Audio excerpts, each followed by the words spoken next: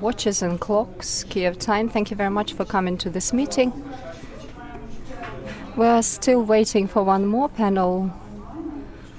panelist, and she's going to be with us, by the way, online, but I hope she will be joining us shortly. My name is Iryna Vannykova. I'm Communications Director at Ukrainian Industrial Complex.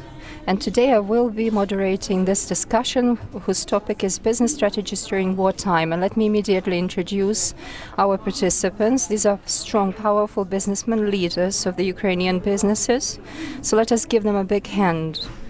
That these people have gathered here together with us, for them developing their businesses, for standing up and for becoming even more effective, both during the hot phase and now during this year that the war is still going on. And we understand this war is prolonged. This is an existential war. This is the war for the destruction of the Ukrainian nation. So this is not a sprint, it's a marathon. So we'll be talking about the way that businesses have been mutating, changing over the last year, whether the strategies have been changed, whether it's possible to develop a certain strategy for the future when we are working and living in conditions of turbulence and complete uncertainty. So our speakers, could you once again give you a big round of applause, and then I will be introducing them. Vladyslav Chechotkin, the co-founder of Rozetka company marketplace. Where's your big hand? Come on, give it up. Vasyl, Danyliak, CEO of OKKO company petrol stations.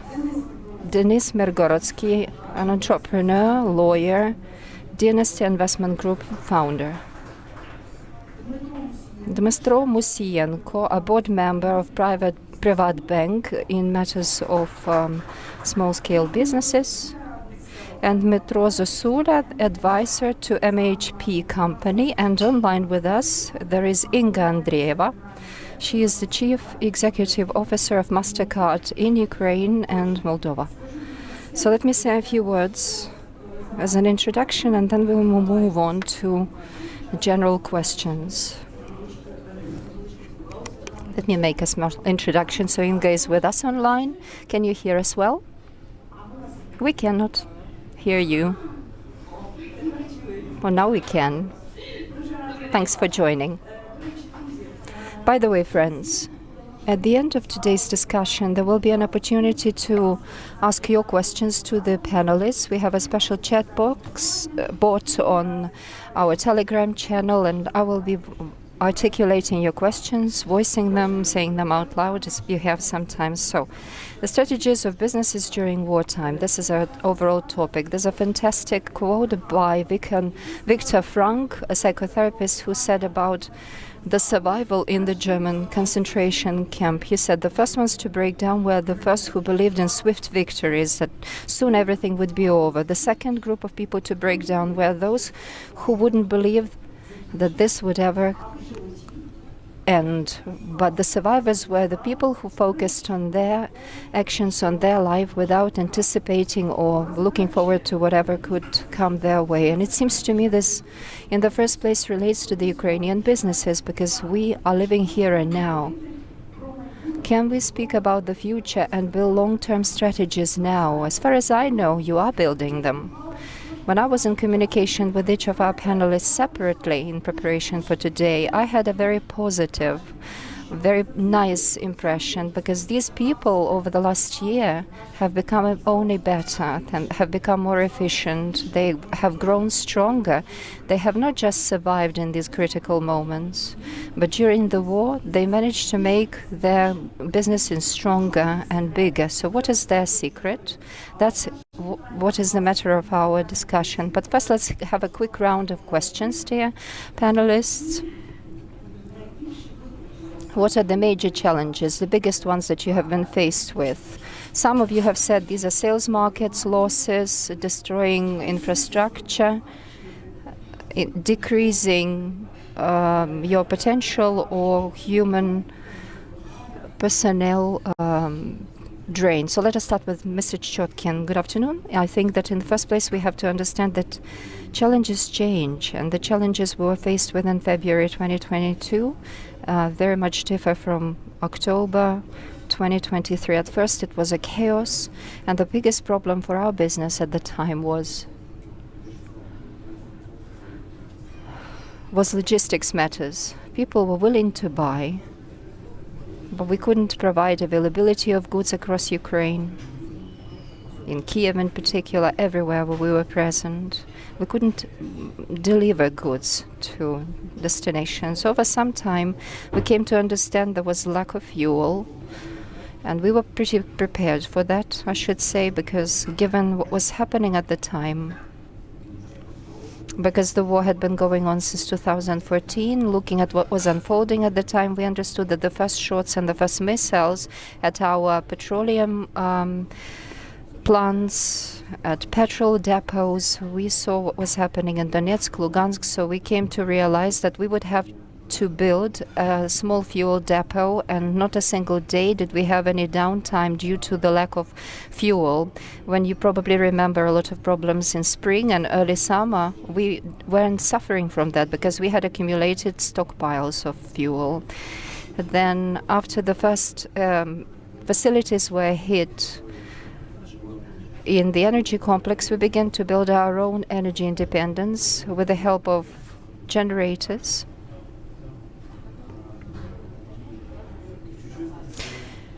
Frankly, this was so obvious. I was pretty much amazed even at the time. The government wasn't doing that, other private businesses weren't doing that. In 2023, now we have absolutely different problems. I beg your pardon, there's a technical difficulty. People cannot hear you at the back of your room. Please speak up. Let's speak up, all of us. The problem of 2023 lies in the fact that the war is still ongoing, unfortunately, and every missile or every UAV Shahed can render any business irreparably lost. So our question is how to remain to be efficient. For internet sales, it means very big stockpiles and storage facilities concentrated in one place. So material assets, how to build our private storages, any kinds of schemes to make sure that one missile attack does not destroy the whole business. The second, of course, it's the human resources lack. Everyone gets to see what's happening when in a particular region mobilization is amplified and people cannot go to work because they're afraid that on the way to workplaces they will be caught and sent to the front line. People are getting poorer. Salaries at the same time are higher, at least in my business this is the case, higher than back in 2021.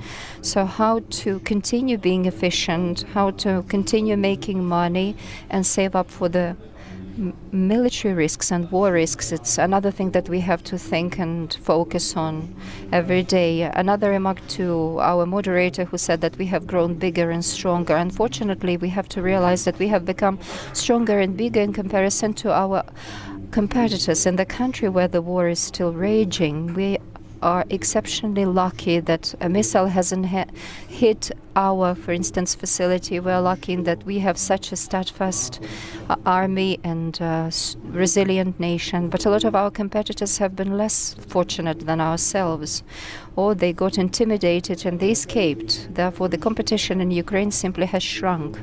Therefore, we have additional gains and possibilities to survive and become stronger here in Ukraine.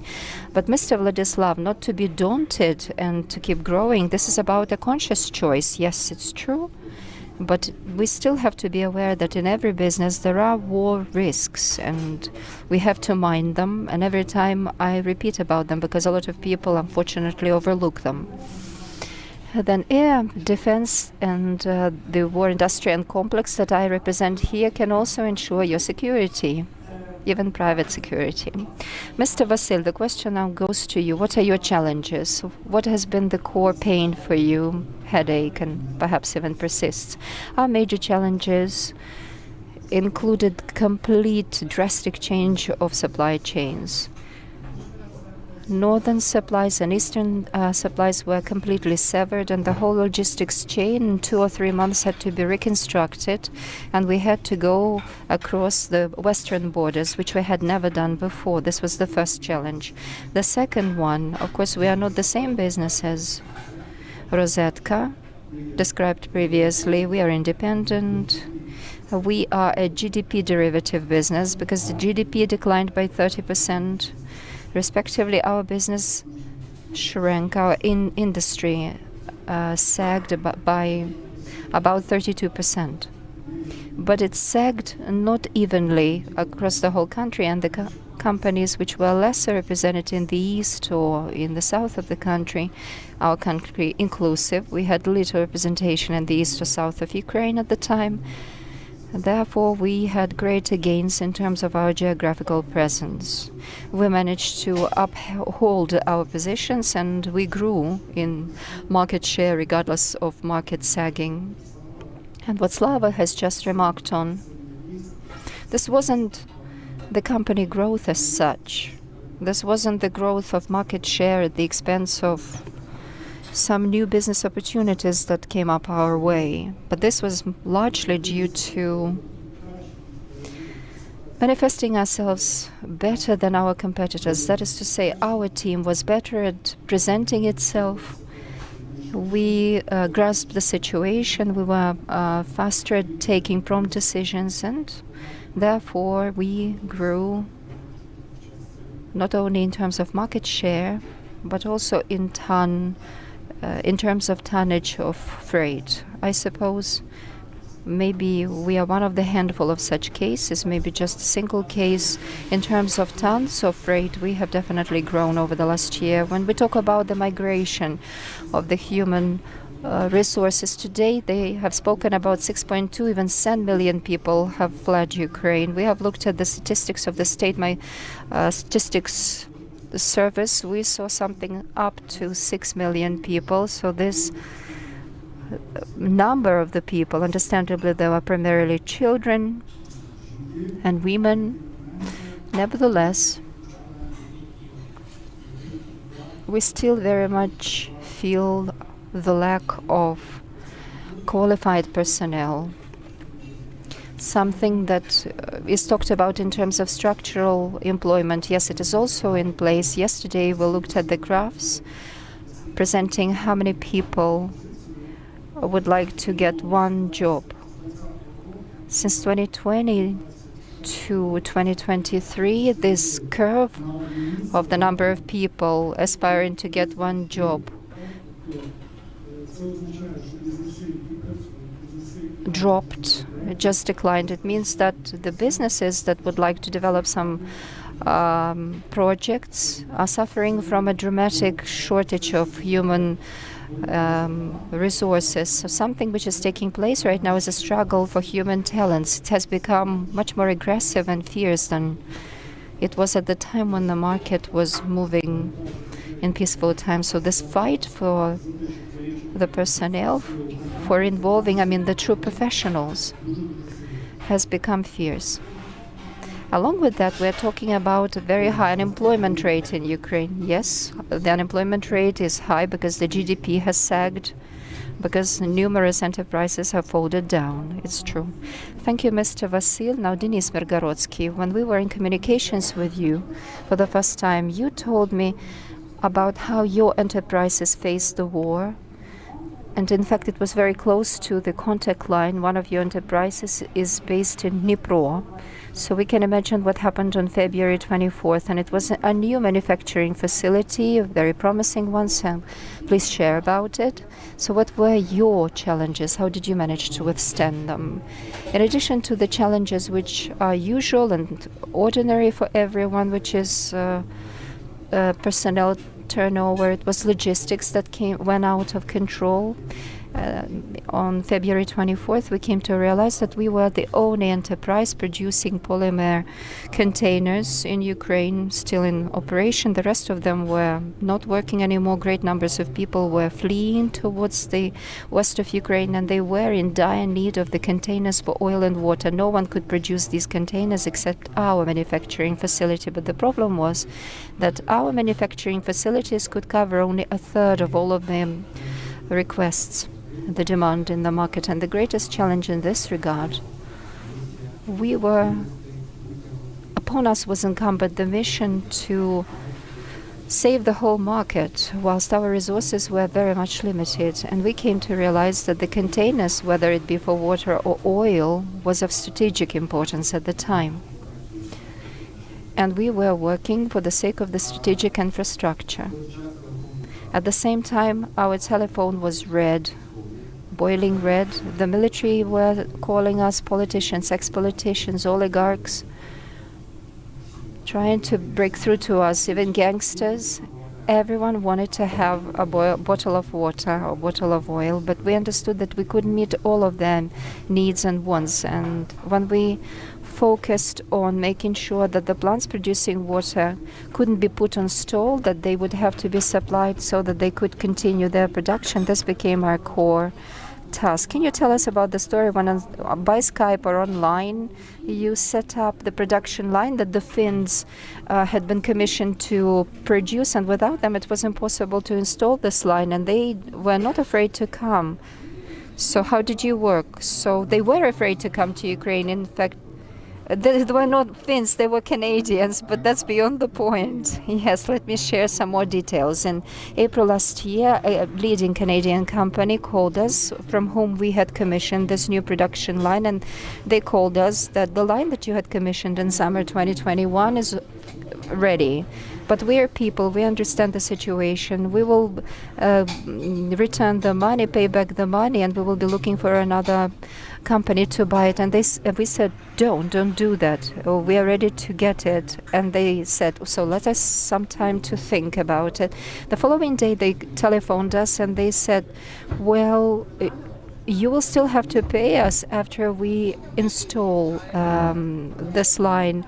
And we said, okay, and they said, we are not going to dispatch the whole line until the prepayments are made. We said, okay, we will pay the full amount of money. And then they called us again. They said, according to the contract, we will have to dispatch this line as well as the people, our employees, to make sure that it is installed properly, and we cannot put the lives of our employees on the line. And we said, okay, we will do it all ourselves. It was really a challenge for us because there were a lot of sanctions in place against Russian and Belarus companies, and the majority of the companies that were responsible for the transportation were based in Belarus. So the first line of challenges was for us to find the transportation companies. So we had to pay crazy money to transport this line from Canada to Europe. And this equipment consists of a great number of different functional units, and some of these units have to be attached in a way that even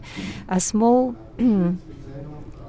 part of a millimeter matters a lot, and only specially trained teams in the whole world can handle such operations. So we had to do something that was completely unprecedented. By phone, by Skype, our engineers were supposed to install the line and launch it into operation, and it was launched in the middle of summer in July 2022.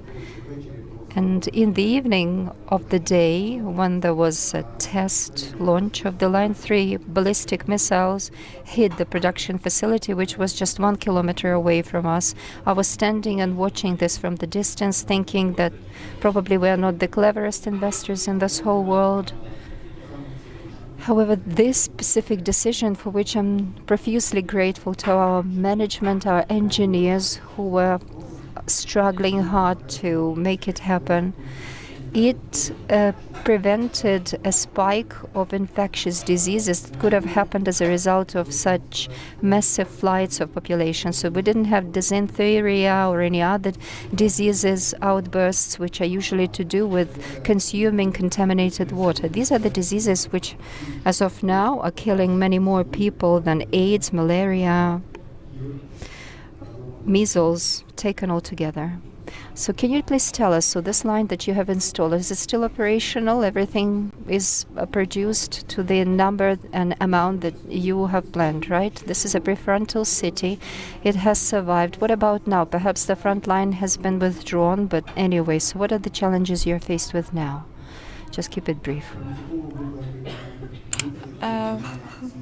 The challenges haven't changed significantly. Our task is to maintain all the enterprises that use specific materials for their needs and to prevent all the consequences that might emerge due to the military activities. For example, when Kakhovka Dam was destroyed, near 70,000 of people could only get water from bottled water. Thank you, Dmytro, Zozulia, and HP. The question, I will repeat the question for you. The question is the same for everyone for now. I will name three challenges. One is obvious, the second is important, and the third one is personal. Obviously, it's logistics. It's an interesting challenge. This problem exists for every enterprise, but we are an enterprise that produces products, and when the problems due to related to export and grain corridor emerged this year, of course, it had potential consequences for us. So what we did, we increased internal processes. We think that Ukraine should be a global player on the market, not only the grain market, oil market. We need to export ready-to-eat products. It's part of our strategy, and we will talk about it more in details, but it accelerated our culinary transition. The second thing that we haven't mentioned today, but we mentioned it during the previous panels, which is reintegration of veterans. It's not a marathon, it's ultramarathon that we need to get ready to. This is a challenge that will last longer than the war. I think everyone gets it. And what's the special feature of this marathon is it's that we didn't have time to prepare to it, and that's something we cannot settle easily formally. I think everyone knows that we need to officially employ people with disabilities, but we will not be able to do the same with veterans. I think that it is an existential challenge for the whole Ukrainian business. And the third challenge is rather personal, but actually it is in line with our strategy. It's creating the MHP image as a qualified strategic investor who can play by the rules and who ensures military leadership role in transforming Ukrainian area of food processing, that is a leader in export of our products and our vision into the world. We've been working on it very actively, and we've been creating an ecosystem around us, and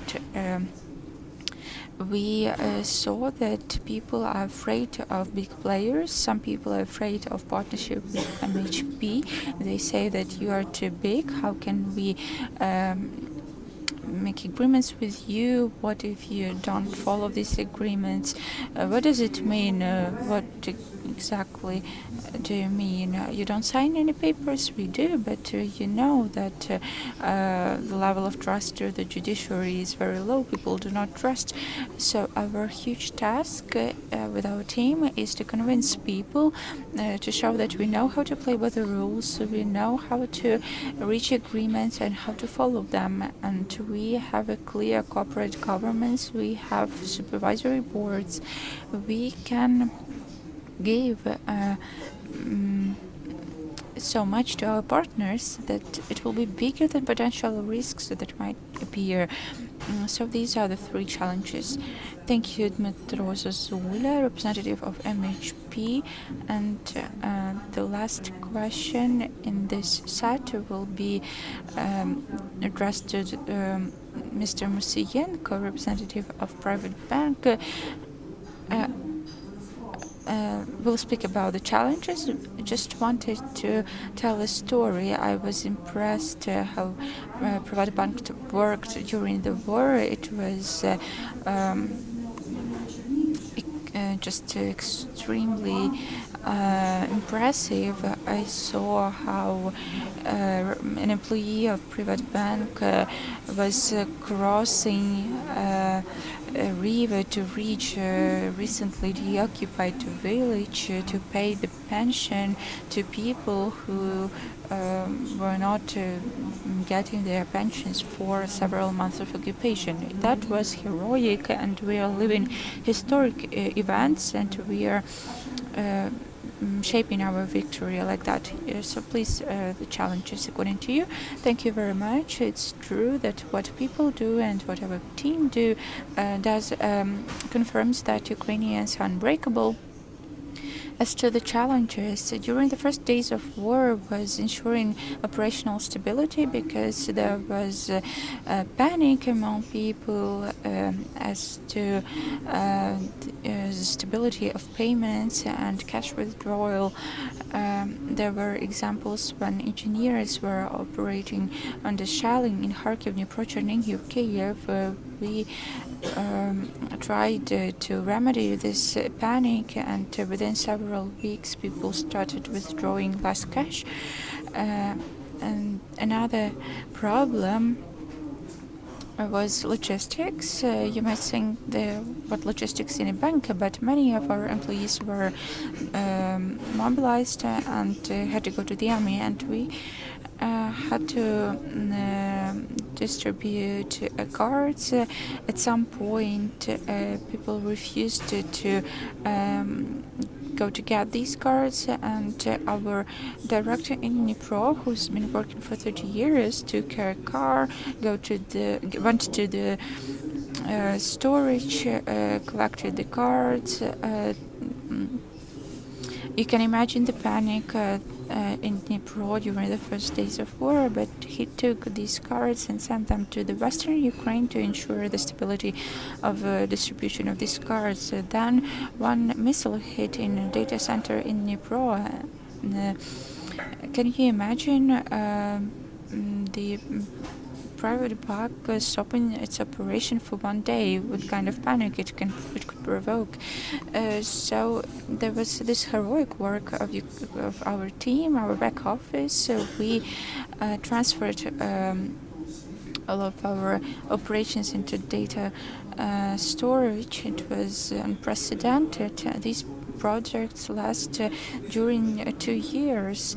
I was getting ready to today's panel, and I saw one bank's post on LinkedIn, and they finalized this transition to the cloud storage just yesterday. However, we managed to do it in an extremely short period of time, in 45 days. We all remember blackouts during the during last winter. All the banks supported the initiatives of the NBU. We found power banks for all the branch offices. We provided generators and power banks in every office. People could come there to charge their phones, etc. Today we have 600 offices that can operate with no problems during blackouts, and it was done thanks to our team, thanks to our people, because we realized the impact we had on the system, and we couldn't operate in any other way. You know, I've been listening to you, and if you asked me 1 year ago or 2 years ago, I wouldn't believe it, because these stories are our reality today, but 2 years ago it seemed impossible to work with generators during blackouts. And today people say that a missile hit a facility 1 kilometer from us, and it's an ordinary life. I am a consumer. I use PrivatBank card. I buy natural products, and sometimes I buy alcohol. And I use plastic bottles as well. So I want to say, I've been thinking during the first years of war, I'm a mother. I had to evacuate my children. I had to withdraw money from my card, so I called the bank, and the man who was talking to me, the employee, was a psychologist for me. He stabilized me, he calmed me down. Then I came back to Ukraine, and then missile attacks started, blackouts started, but I came to OKKO gas station. I could get some soup there, I could charge my battery there. Everything was very important for that because I wasn't ready for blackout. Rozetka, we were outside the city with my husband on the Independence Day. However, during the missile attack, we ordered a delivery, and the business was working. A delivery guy was on his way to us. My friends, foreigners, are always very impressed by the fact that there is choice in our supermarkets, and these are great examples of resilience and greatness of Ukrainian spirit. It's true. It's the reality of today's life. We probably all saw animation movies of Marvel Studios, and there is a slogan there: "You should change or die." And I always thought what kind of slogan it is. But today, I think it's not a metaphor. I think it's a reality for us. Vladyslav Chechotkin, question to you. You have over 5,000 employees and hundreds of shops even close to the front line, and we see this tendency that all big enterprises like that, like Amazon, etc., are automizing their businesses. So what do you think about this automatization of business? Should you wait till the end of the war, or what's your stance here? Inga, we'll come back to you. I would like to give the floor to Vladyslav now. Thank you. There are actually two aspects in this question. First of all, in my business, in my area, we need automatic processes because the competition will just destroy me, those who are bigger than me. Everything depends on efficiency and effectiveness, and we need to process as many products as we can as quickly as possible. On the other side, the problem of Ukrainian businesses and the problem of Ukraine is that we increased our share in Ukrainian business. However, it's not about growing our business, our world share, so to say. So this matter of investments is, the question is open, but we still think about how we should attract these investments, how we should convince investors to give their money, how to distribute military risks. That's what we're thinking about every day. And the answer is as follows. We try to invent a new approach how to make this automatization of business in many small storage facilities instead of doing what they do in the West.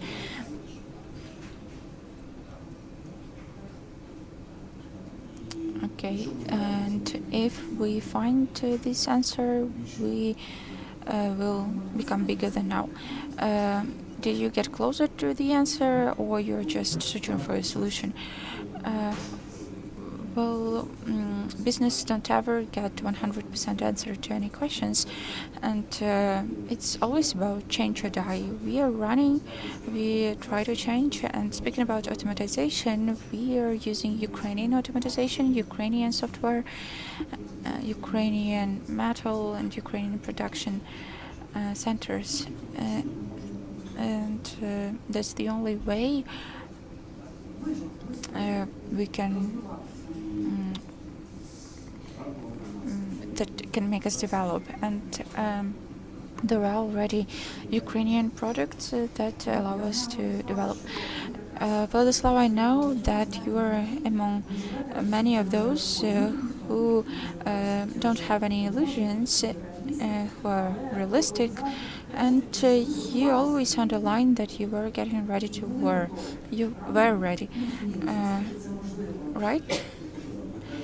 Well, Mike Tyson said that you are always ready to the fight until you get the first blow, but you can answer.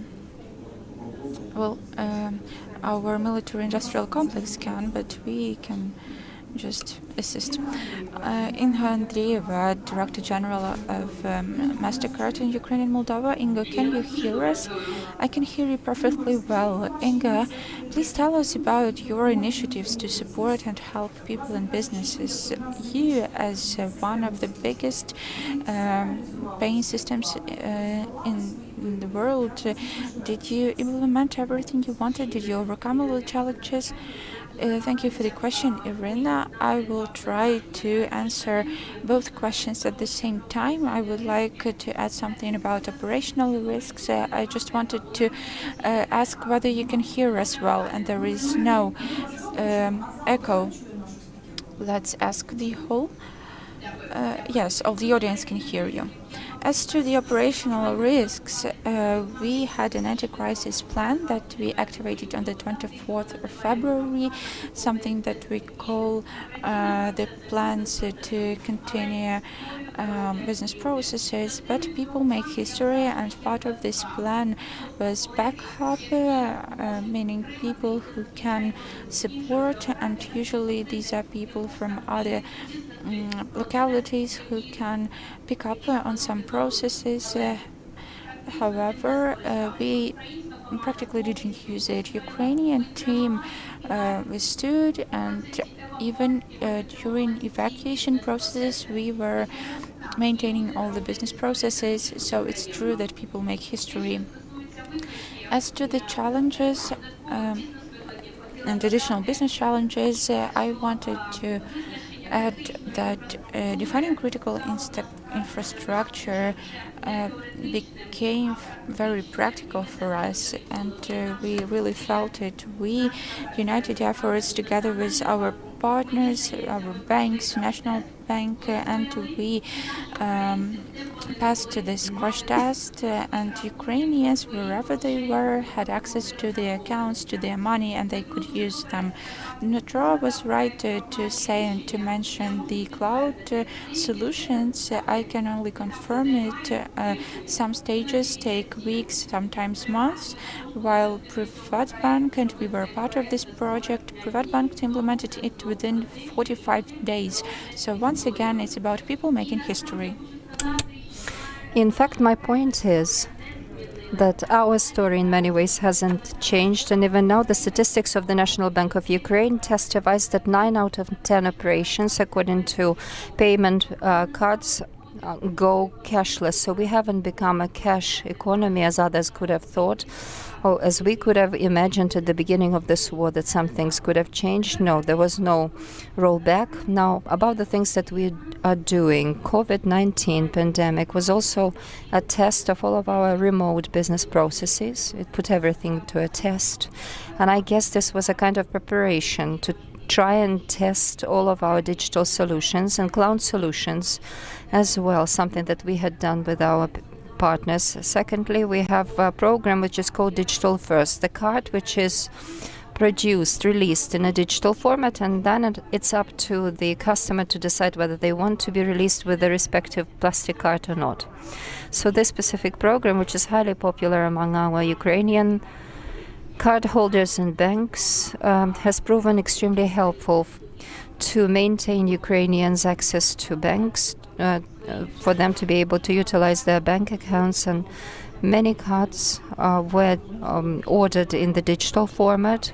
So we were immediately able to deposit this money in our billfolds, in our purses, or withdraw this money. A lot of our people ended up in Poland, and with the Ministry of Digitalization, we decided to set up an offline center to provide consultations to businessmen and other people that ended up in Poland. And in May last year, we opened the first foreign offline center to consult SMEs, which happened in Poland. The center still is extremely popular. And we supported all of the other DIA centers, which are based here in Ukraine, together with the Ministry of Digital Development. Therefore, we are engaged in all of these activities. Besides, I would also like to mention something that we call doing good things, the social projects, I mean. Since the beginning of this war, together with our partners, we started more than 100 such social projects. It's hard to remember all of them, but something that really comes to mind is the Superhuman Center cooperation, because the Ukrainians really deserve all of the cutting-edge technologies. Of course, we wouldn't like this to be just prosthetics, but it just so happens. So the first prostheses were financed by our operations. Our defenders, men and women, began to gain them. We began fundraising in order to support Superhuman Center and doubled donations. Together with the Ministry of Social Policies, we supported the online e-platform, and 30,000 families were provided with critically important everyday use household goods.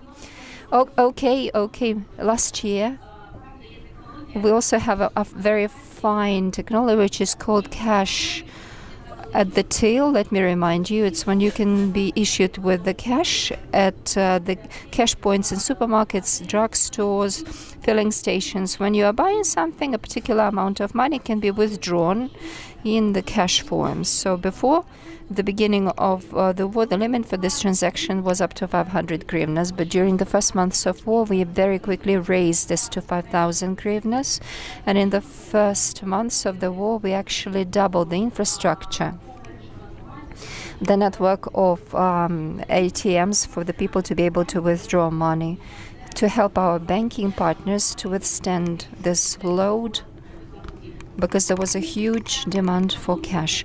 So via different ways and activities, we try to support our partners and Ukrainians, no matter where they are. Thank you very much, Ms. Inga. Thanks for your speech even. This has been so ramified and very well granulated and well founded. Thank you very much indeed for that. But now I would like us to get back to our hall, at least for the next 15 minutes, because we haven't exhausted all of our topics, but still lots of different topics. Vasyl Danyliak, representative of OKKO fueling stations.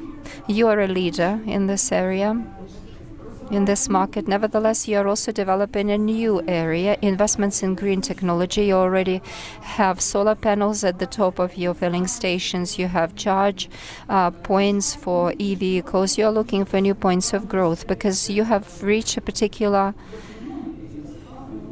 ceiling in your fuel business. Am I right? Both yes and no. It's true, like you said. A year ago, for example, we were a market leader.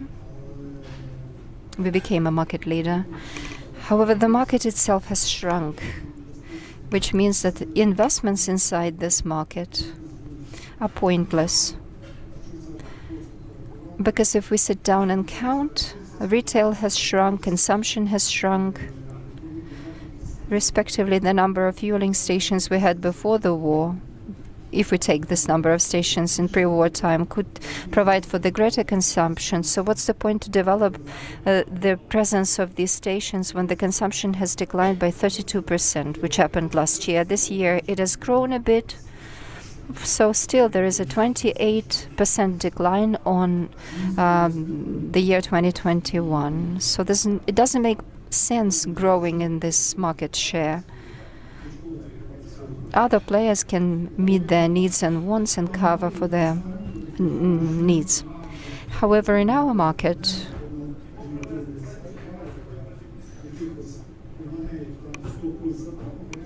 we don't have that many chains that could provide for as many as 100 or 200 fueling stations.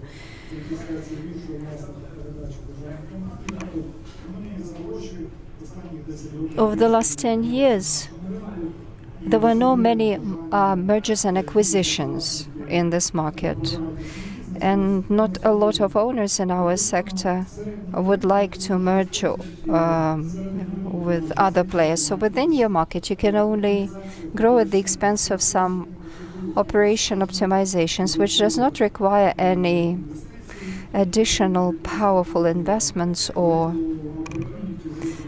great opportunities. It will not result in great opportunities for the market share growth of your company. So we'll had a look at all that, and we always strive in our company to improve the standard of living for the people that we work for in our country. Last year, they began to target and shell not only petrol depots, petrochemical facilities, but also our energy sector. And we came to realize that on the one hand, it's a great trouble, it's a disaster, while on the other hand, it was opening up a new window of opportunities. That is to say, the market required non-standard decisions and very swift at that. In our market, we have various kinds of energy, both old legacy, that is to say, Soviet time TTPs. We have a lot of nuclear power plants. And over the last years, we have also been actively involved in green energy development. Solar power, wind power, a lot of wind by the wind and sun energy. Facilities were lost due to occupation. Some of that was destroyed. Some was rendered inefficient or just occupied. Therefore, new challenges in the energy sector demonstrated that in the final count, this is the area that needs to be very quickly developed in order to ensure our energy independence. Moreover, new areas also have to be developed because we have problems with balancing the grid. We have to also build energy storage facilities which hadn't been built before that. So this opened up a virtually new market which had been non-existent before. So how successful are you in promoting this? In actual fact, this is no speedy project. If we talk about building plants, solar or wind ones, For gas stations, it's an invisible process because it requires a long time to receive all of the permissions and a very quick process when building the facilities, up to 6 months. The same goes for energy business. Extremely lengthy process in terms of development, obtaining all of the permit documents, approvals of projects, approvals to start building, and then in just a year, a solar panel plant or a wind power plant, it takes you to build. In terms of storage facilities, the same is true, but the development process is extremely lengthy. To pursue so, we began by acquiring operational facilities for a start, solar power plants. And now we are working with the teams that, as of now, even before the war, they provided developments for wind power plants or storage facilities, and we buy these projects from them, and we together pursue with them these projects up to a certain point. And in terms of energy storage facilities, I think in the month of April we will begin to build, and in September next year we will begin to build a wind power plant. If it's not a secret, what is the amount of investments, and do you have enough specialists and employees to implement your projects? We began in late last year to recruit people for this area of activities. Professionals are okay in the energy sector. They're enough, because some of the big companies lost their big projects in the east of Ukraine. Big enterprises had to fall down as a result of occupations or destructions, and people moved to the center of Ukraine. So the specialists in those respective enterprises are here with us. They're in the market.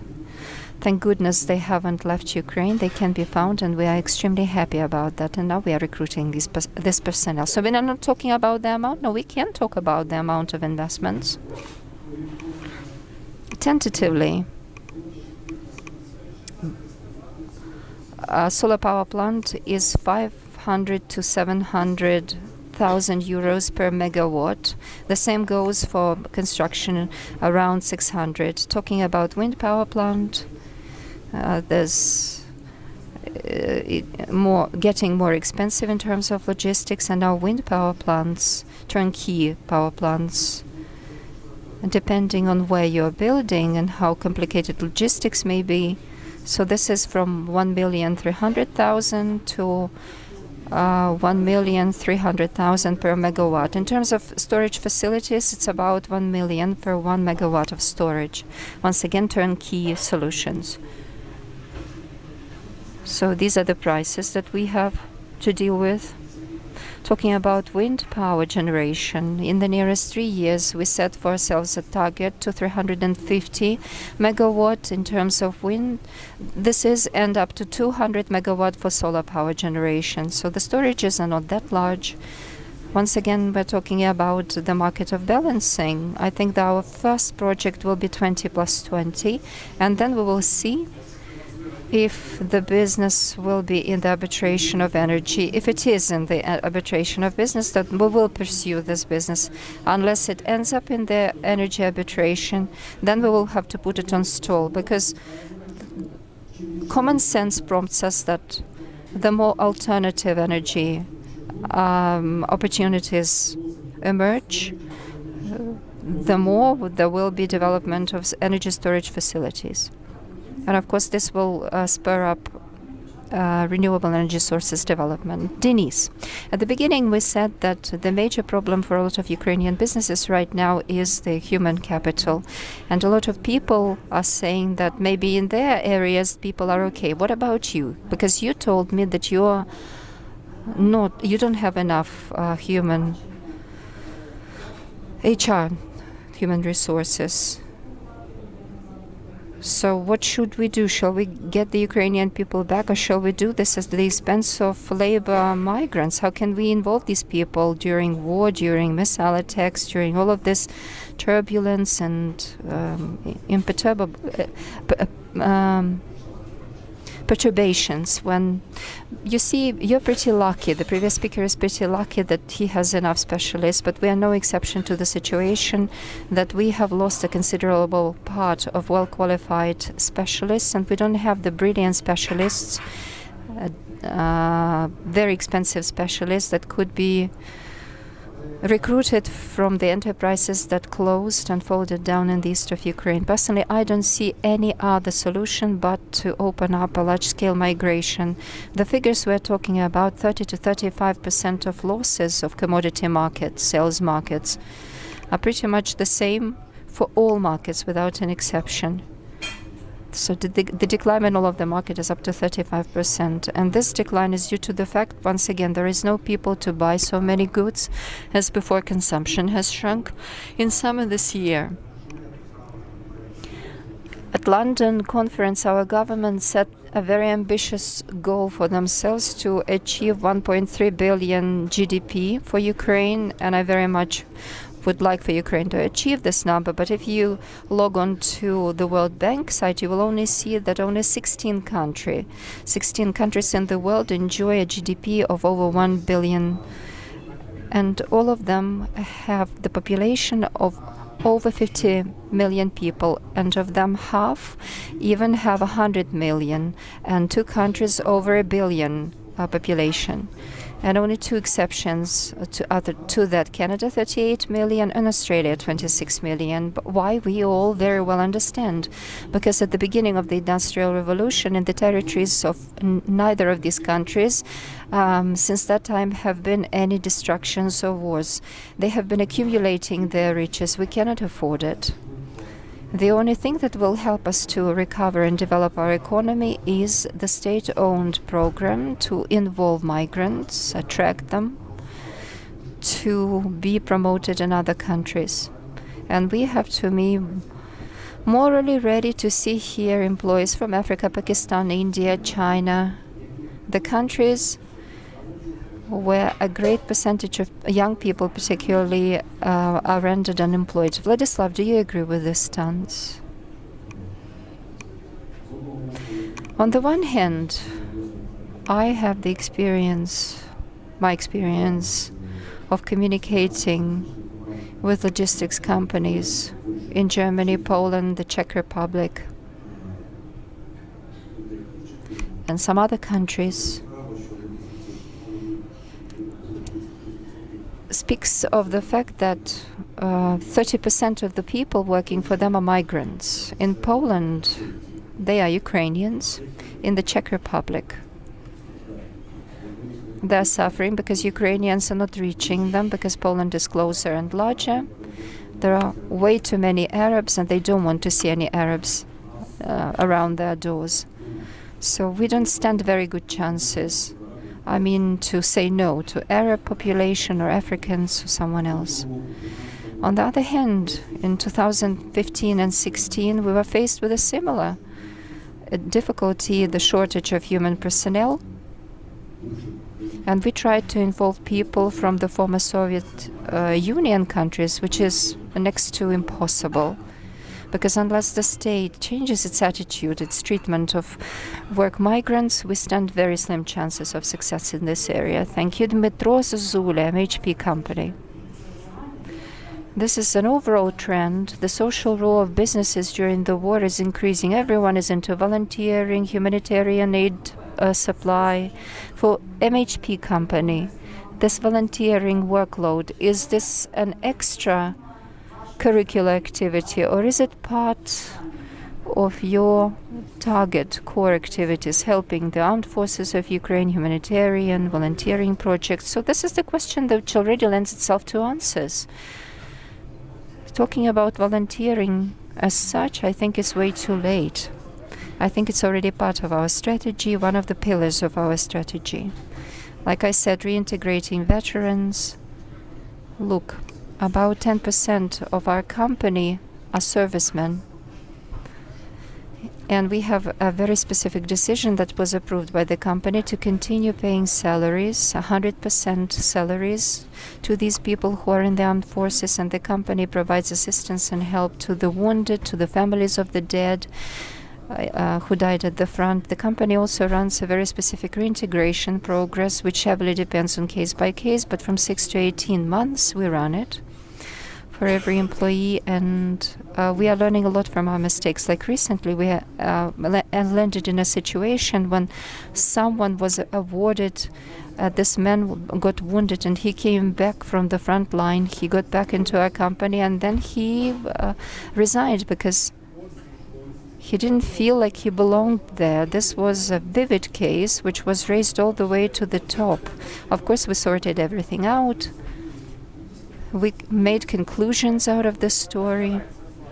But again, this is something which is paid a great deal of attention to, because we understand that our standard corporate social responsibility hasn't vanished. We still keep paying salaries.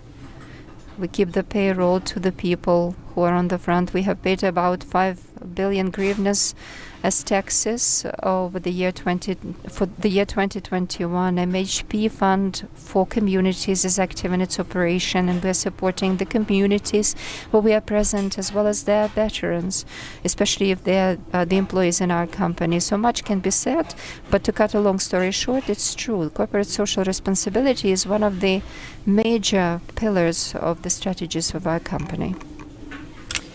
And after the victory, I think you'll continue. Yes, for sure, it will not change, because I will repeat one more time that we will need to interact with veterans longer than when the enemy.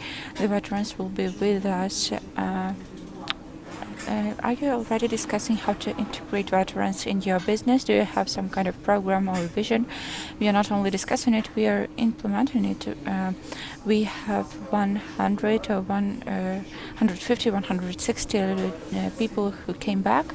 There is a program for rehabilitation. There is a training program, a specialty training program. We realized that this little number of veterans we have now, it's our chance to become extremely effective in future, because the number of veterans will only grow. And during one of the panels, I heard a great question: who has a chief veteran officer in their company? We don't have this post at the moment, but we already have a team who work on these questions on a day-by-day basis. Chief Veteran Officer is a completely new role. We had Compliance Officer, and now I would like to add about compliance. What's important is, for example, what's the vision of foreign investors? They are looking through the prism of ESG, and it includes, if we wanted to be compliant, ESG compliant, we need to have this strategy for working with veterans. And it's a new ethics, a new side of compliance, and we cannot proceed without it. We cannot even speak about business strategies. All the companies who are present today have a clear strategy, but what appeared is a veteran director. Dmytro Musiienko, PrivatBank representative, do you agree with your colleague Dmytro Zozulia? And another question to you: this direction of veteran integration in banking business, is it there? And moreover, I know that you reinforced your influence at the banking level. How did you manage to do it? I agree with Dmytro. It's a very important direction of veteran integration. We have an inclusion direction. Of course, we are going to adapt all the processes on the client interaction processes, because we realized that many people suffered from war. So we are going in this direction. And by the way, the ESG strategy is also something we are going to implement. We already had some consultations. So yes, we are working on it. We managed to preserve our team. Probably it's due to the fact that we try to stay consistent while implementing our strategy. The strategy we adopted in 2021 is still in place, even though the war started, and we made some changes to this strategy, but we try to stick to it, and PrivatBank should be stay leader in the banking sector, and we just benefited from the situation. We used the situation that appeared. We, as I already said, we kept using credit cards. Many banks stopped their credit programs. We started renewing mortgage programs like Vasyl state program, and over 1.5 billion of Ukrainians used these programs. So it's very important. There is a recovery card launched together with DIA project, and the bank share is 70%. We paid 350 million to people who were rebuilding their housing. So we the banks with foreign capitals are on hold. They do not credit Ukrainians, but it's their problem. We cannot stay aside. Time's flying, and Ukrainians need support. And in business area, we are one of the most effective participants of 579 program. We financed many entrepreneurs for 45 billion hryvnias. We increased our portfolio, and for the first time in the history of the bank, we signed an agreement with EBRD. Never before the bank was considered by foreign institutions as a business partner. And this program is for 240 million euros, and we will manage to get credits on better conditions. So we're moving forward, supporting Ukrainians, and it makes us believe in Ukrainians, in the bank, and this strategy. And thanks to the implementation of the strategy, we managed to preserve the team. Thank you. Inga, are you still with us? Yes, I'm here. Last question to you in this set. Did you manage to preserve your team? Did you manage to become stronger? Yes, all of our members stayed with us, and we open vacant positions in Ukraine, and we keep our positions in Ukrainian offices, and you can even find vacant offers, job offers on our site. And I wanted to join all the speakers and to acknowledge that there are some problems with the talent search, and if before we could find applicants within 2-3 months, today it takes several months, so there is this problem, but we still have our team, we keep working, and we think about increasing our team. Thank you, Inga Andreieva, General Manager of Mastercard in Ukraine and Moldova. Dear friends, I cannot find your questions in chat, but maybe I'm doing something wrong, or maybe you're not asking questions, but you can do it now. Just raise your hands. We want to hear you. No questions. Please introduce yourself. Young man on the back.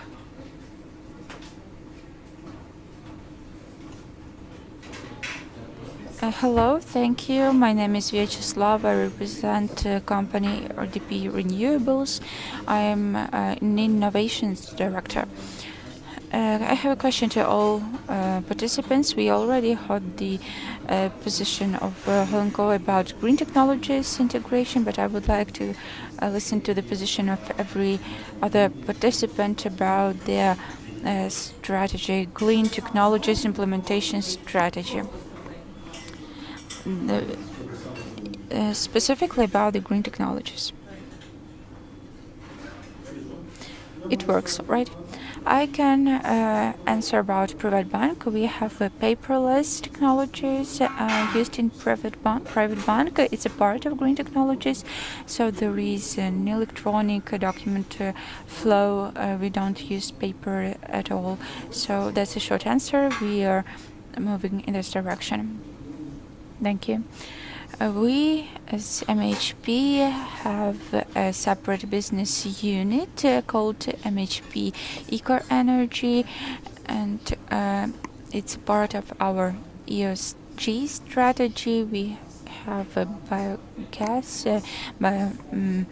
methane, solar energy. We are a big producer of raw materials for renewable energy sector, and that's an important business unit that we keep investing in. Denise, for the last several years, we focused on the decreasing plastics in every bottle, and we managed to decrease the percentage up to 25.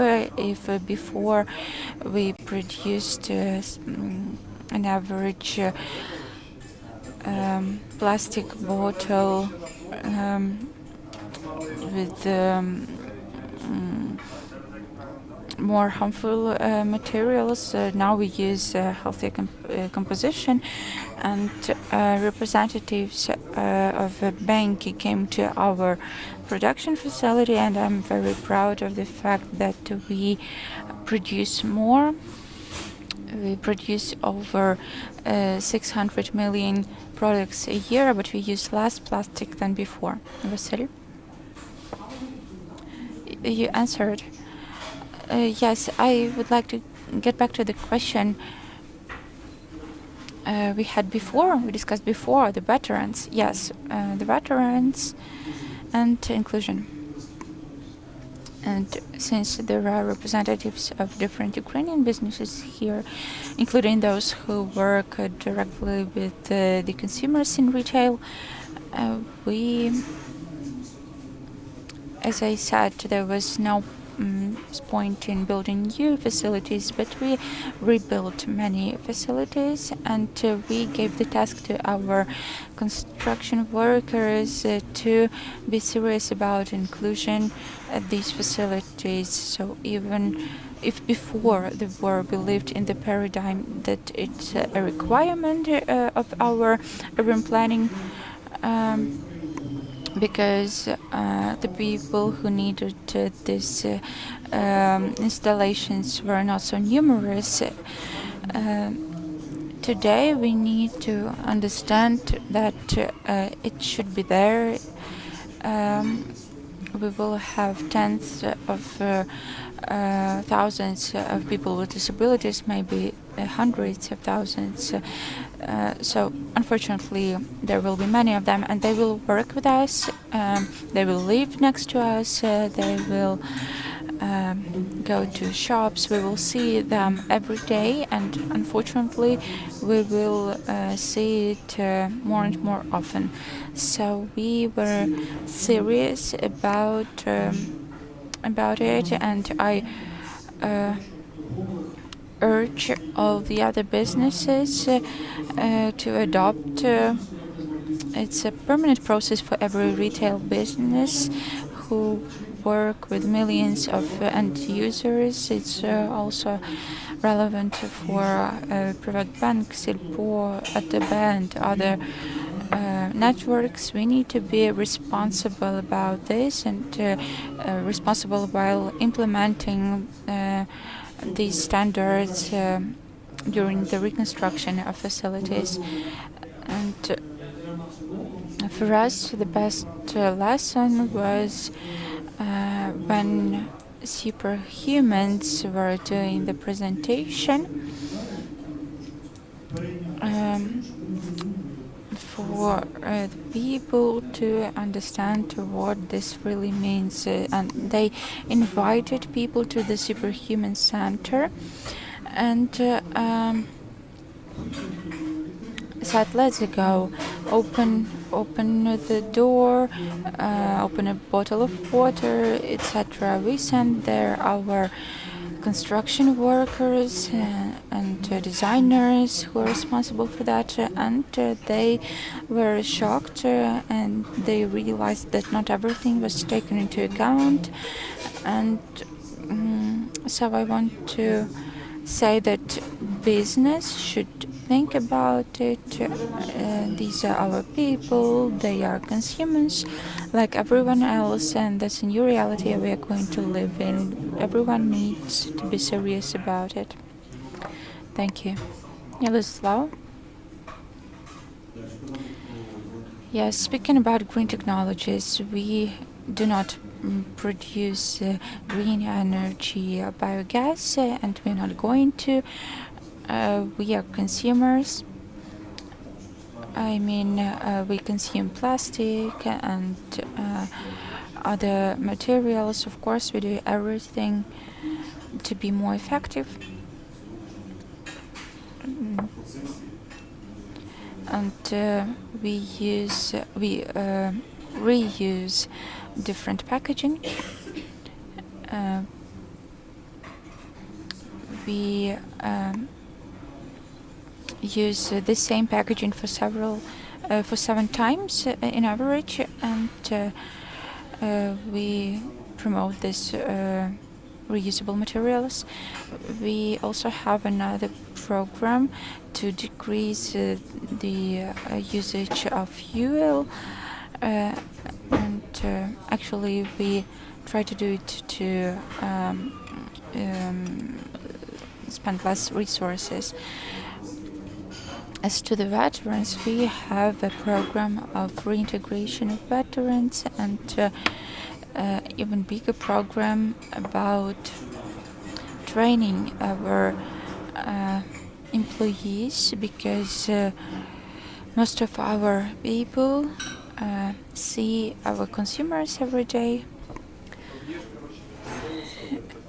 So we teach our employees to communicate correctly, new ways of communication, because many people might have PTSD, everyone might feel consequences of war, and we interact with these people every day.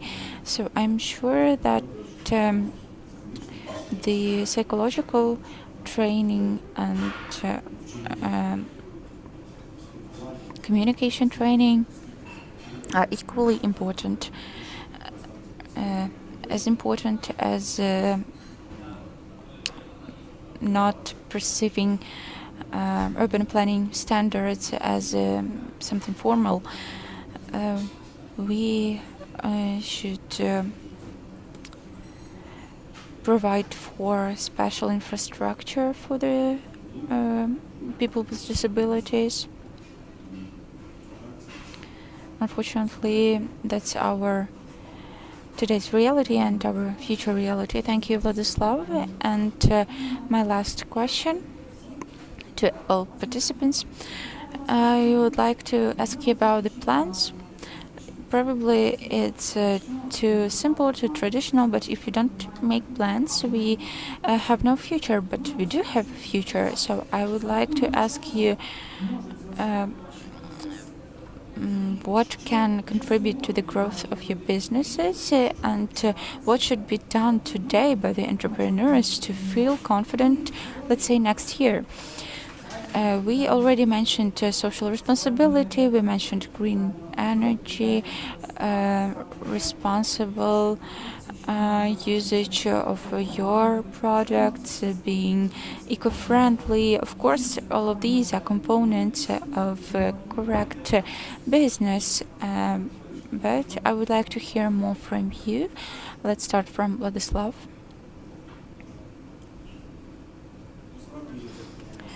Well,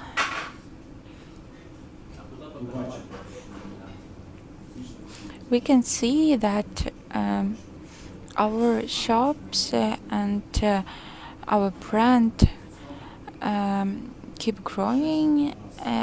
Unfortunately,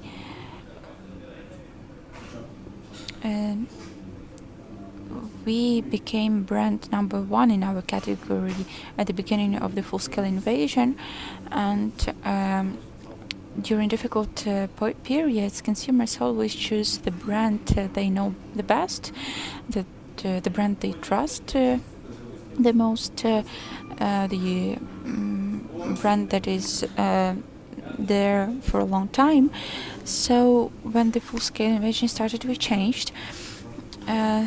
Secondly, we've always had a client-oriented strategy, and it's the most important that should be in every Ukrainian business, because unfortunately our consumers are less numerous, so we need to fight for them even more than we did before.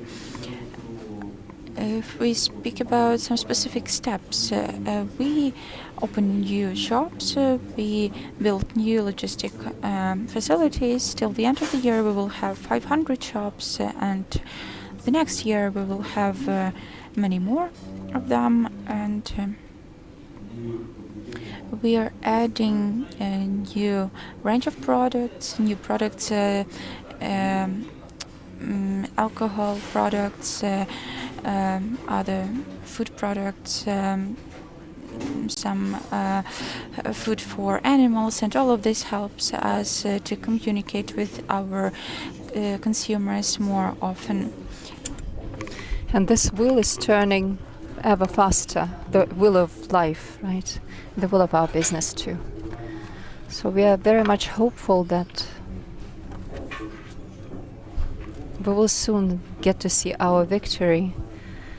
But now, as I said, we also have to take into account war risks and spread our manufacturing facilities across the geography of Ukraine. Of course, these are very general stories and words. There is no very much consistent program that I could represent here. Perhaps the words are general, but I suppose that the mood is right. At least it's the battle mood, the fighting spirit that you're demonstrating.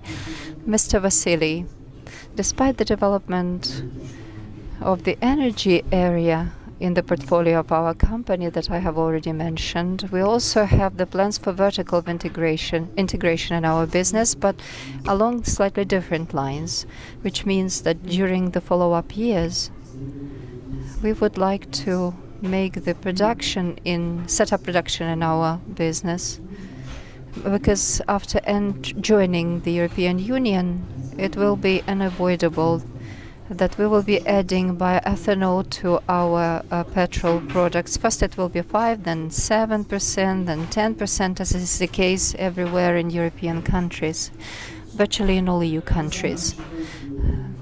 The same goes in one way or another, the application of biodiesel.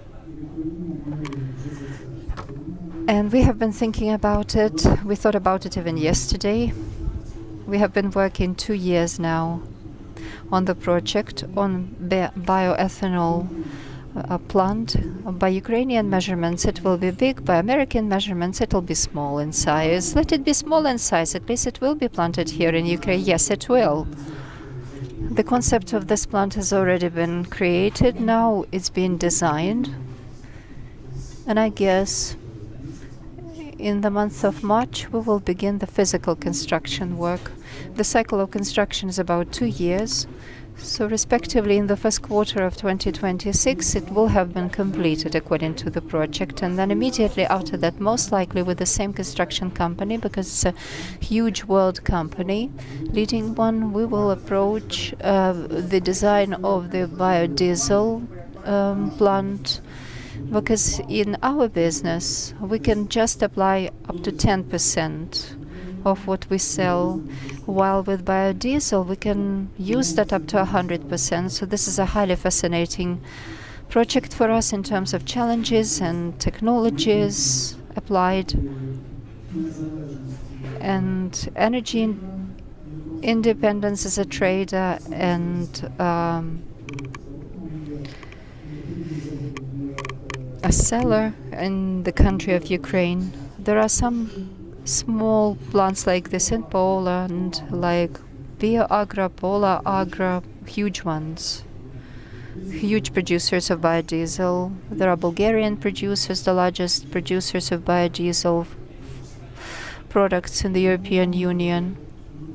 So this is the area that we are pursuing. God bless you with that. So, Mr. Denis, the plan is just to stay here in Ukraine and keep helping the Ukrainian businesses which will require our help.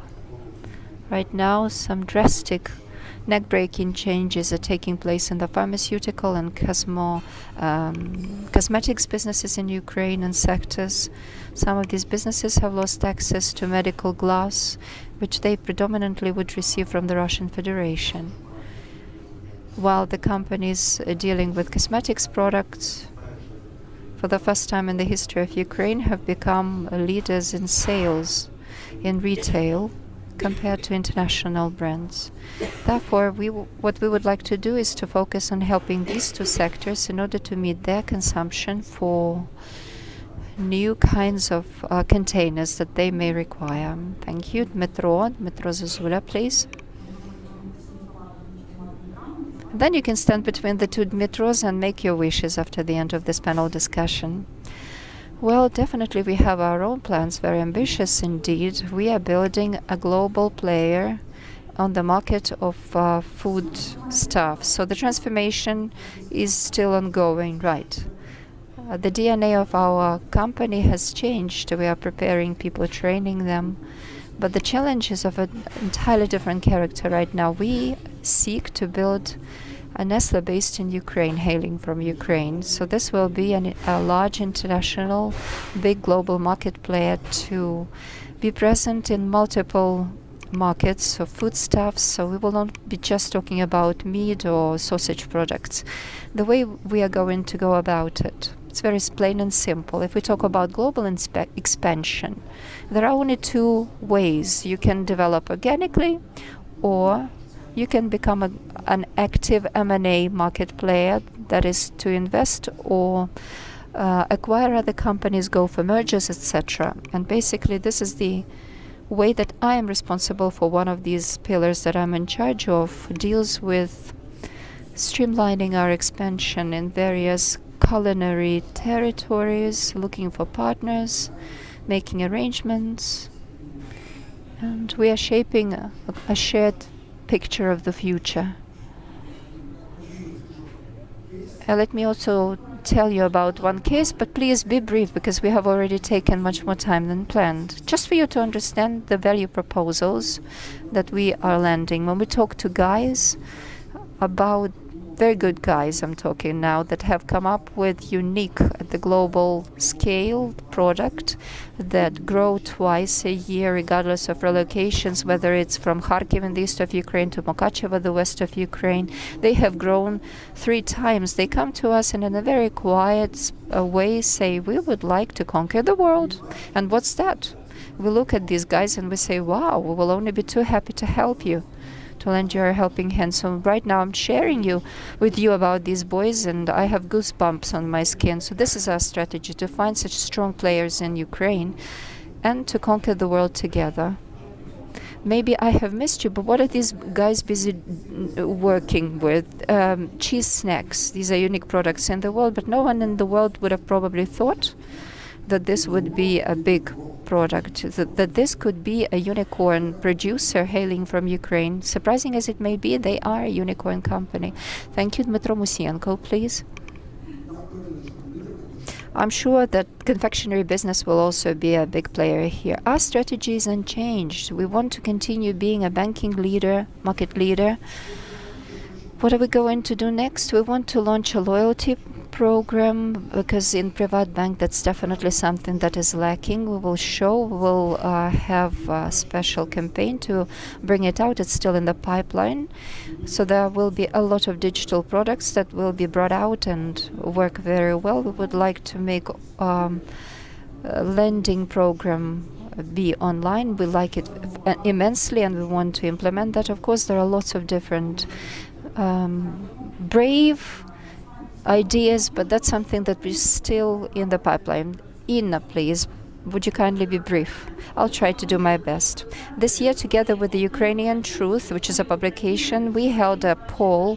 What the Ukrainians see Ukraine to be. 30,000 pollsters participated in this survey. And Ukraine is seen to be digital, and that's something we have been working on for a long time. Also, inclusive and barrier-free Ukraine is the target of our future. So this is also part of our strategy, and we're also doing all we can in this respect. And now very quickly reverting to green technologies, let me add by saying that now together with our banking partners, we are already issuing digital cards, like I said about it at the beginning of my interventions, and in 2028, we will also bring forward requirements to our partners to issue cards with environmentally clean products. So this will also be our contribution to environmental protection and green solutions. Thank you, Inna. Thank you. At this, we are going to bring our discussion to a close. Let me summarize briefly. So what is left for me to say? Of course, I would like us to be more optimistic than when we were just entering this discussion, because all of these are leaders, like I said it at the beginning, but realistically thinking leaders who see the situation not in a pink-tinted glasses, but they're developing their businesses, paying taxes, which means they're donating to the armed forces of Ukraine, thus bringing the victory closer, and that means we have the future. If we are engaged in a proper and useful and helpful conversation in this hall, in this room. So friends, glory to Ukraine. All that I can say. Crises are always overcome, not by the wisest, not by the strongest, but by the most adaptive. This is a famous phrase. So we have to keep changing. That's exactly what we are doing, pursuant to the time. Thanks a lot for your attention today. Thank you.